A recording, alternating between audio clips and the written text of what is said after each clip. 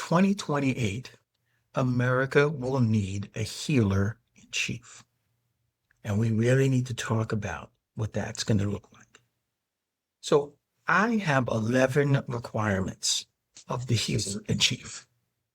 The first requirement is that the healer in chief is going to need a super majority consensus.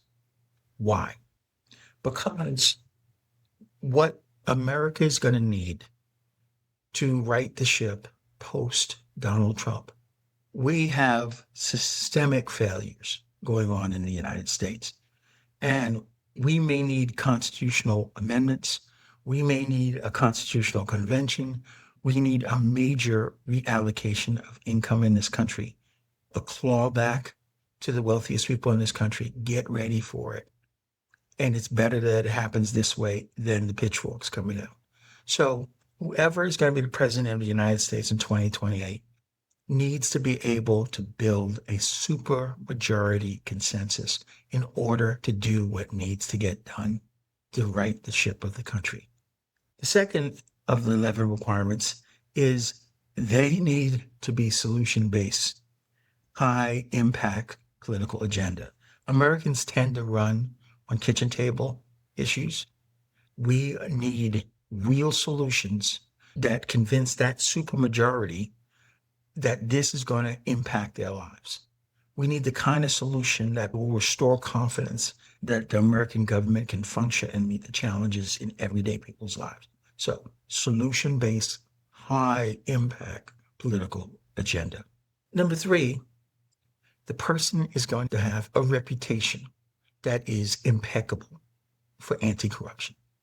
We're done with the fact that these politicians, and we know these politicians and this president has inside traded, make money on the policies that they do, shorting the market by making comments on purpose. Yeah, all that shit that has infested every area of the federal government, from the Supreme Court to the Federal Reserve to the Congress to the president himself. Yeah, no. Whoever is going to be the healer in chief has to be impeccable, their reputation in terms of anti-corruption. They need to be in excellent health. We are done. The American electorate, read my lips, are done with these 80-year-olds. I'm telling you, this is the one thing that RFK Jr. has a real problem. I don't think he'll be 80, but he's going to be too far into the 70s. America wants excellent health. Youth, turn the damn page. We got to get out of these boomers. We need a Gen Xer. This is what I'm saying. This is where Tulsi Gabbard, J.D. Vance, Nikki Haley. Yeah, we cannot have another boomer being elected president of the United States in 2028. So excellent health. That's the fourth one. I'm going to piggyback in on the excellent health. Useful, but formidable. This is not the moment for visionaries, for flowery talk. We need people who are steely-eyed, who have a history of being prepared to do the difficult work, to speak the truth to power and to the American public, to talk to us like adults. Yeah, if we have to sacrifice, this is why, but this is what we're going to actually get out of it. Not all these sacrifices we've been doing the last 30 years, and the only thing we get out of it is less and less. No. Okay, so this president is going to need to be useful, but they're going to need to be formidable. Whatever you want to call her, she's certainly healthy and she's certainly useful. She is an empty suit. Kamala Harris is an empty suit. Look at the whole history and go see if that's just not a resume right there. Okay? So, useful but formidable. That's the fifth one. The sixth one, priorities are going to have to be balanced between international and domestic, which means we're going to need a strong cabinet. The healer in chief can't handle this whole portfolio and it'd be a solo act.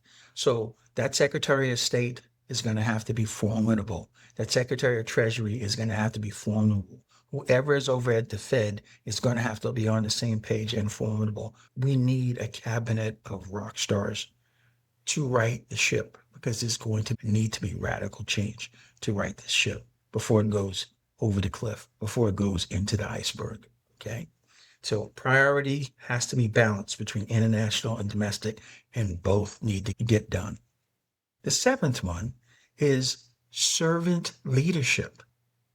The motivation of this next president has to be clear that they're there to serve on behalf of the American people. The American people are so done with politicians who say all the right things to their people and then go and serve wealth. This is exactly what George W. Bush did. This is exactly what Barack Obama did. This is exactly what Bill Clinton did. This is exactly what Joe Biden did. And ultimately, this is what Donald Trump did too.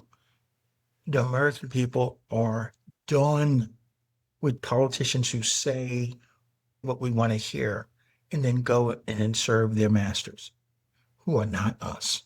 So servant leadership, they have to have a history of putting the American public before their own interests. This is what eliminates so many of these establishment politicians. Okay. The eighth one, they just have to be anti-establishment. No one who's going to be making the good old day argument about Bill Clinton, about George W. Bush. We need anti-establishment, people who do not serve wealth, who do not serve Wall Street, who do not support the forever wars, who do not support globalization. The entire policy of the establishment over these last 30, 40 years, yeah, all that's out. All that's been rejected by the American public. They are done. Yeah, we believed the lie that globalization would bring the jobs home. It didn't. Right? Okay. Thank you, Bill Clinton. All right. So anti-establishment. Number 9, healer in chief needs to be a paradigm shifter. Yeah, let's talk seriously about this. Since President Reagan in the 80s, you have had a siphon of redistribution from working class Americans and middle class Americans to the top 1%. It is just factually true. The top 1% of wealth and income earners in the United States own 31% of American wealth, and the bottom 50 own 2.5%. That is going to correct, or we will have a revolution in a country that has 500 million guns. Okay, that's us. Well, we need the healer in chief to be a paradigm shifter, to crush this idea that wealth is the job creators. No, no, no, you're not. Consumers are the job creators. What wealth is the gluttonous folks who claim most of the revenues from the productivity of all of us. They simply give us far less for the contribution, the greater contribution we make today than laborers made back in the 70s.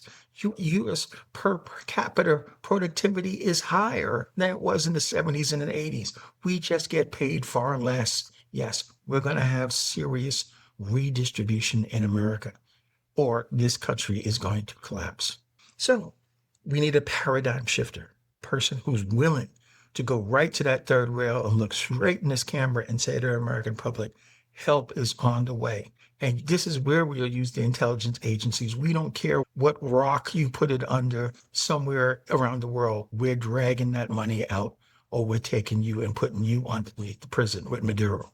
Yeah, this is the kind of paradigm shift we need out of the healer in chief, or we won't heal, because the majority of Americans are suffering under the boot of this level of exploitation that has come home to America.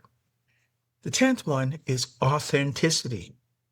I think one of the things that Obama did that just broke the mold was we believed him. Yeah, a lot of people on the Republican side hated him or professed to hate him. But one of the reasons was because they recognized that it was good. He made the case. If anyone was convincing us that he was one of us, convincing us that he was for one America, convincing us that he would be different, that's Barack Obama.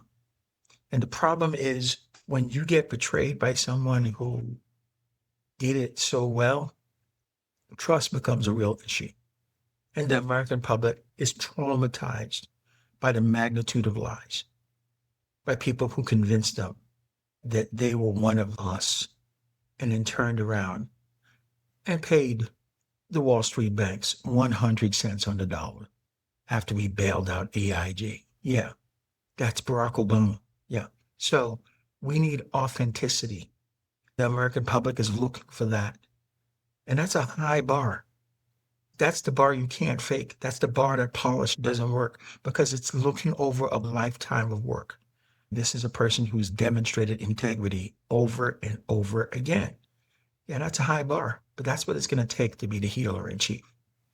And the last one, the 11th one, is they need to be a relatable communicator. Everyday people need to understand from their president what you're going to do, when you're going to do it, how you're going to do it, what they can expect, what they're going to have to sacrifice in order to get it. And then you got to follow through and do it, just like you said. Yeah, that's where we are. And so you need to be a relatable communicator, not fancy, not flowery. We don't need vision. We need data, facts, clarity. Talk to us like adults. And I'm going to say this straight out. The prevailing narrative that the average American does not have the attention span to be talked to like an adult is a lie.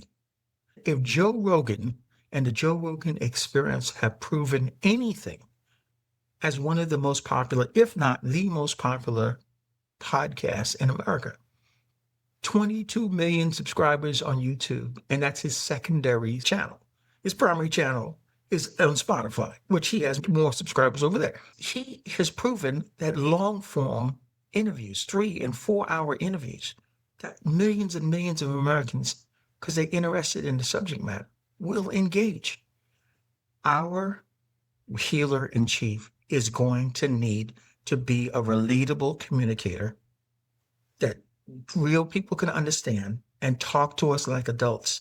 The complexities of our problems, the pervasiveness of our problems are not going to fit on a bumper sticker. That's okay. We are ready for that conversation. But it has to be relatable, real language. So those are the 11 requirements of the healer in chief.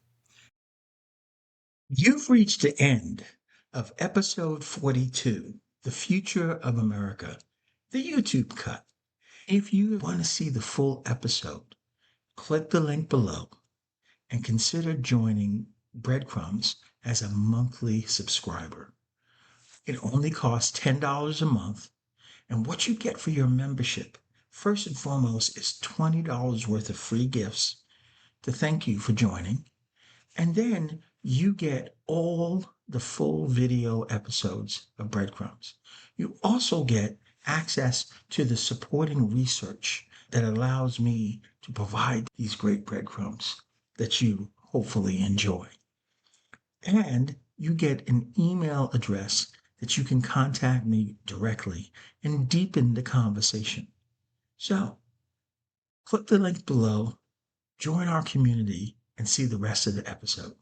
You take care, and I'll see you next time in the conversation.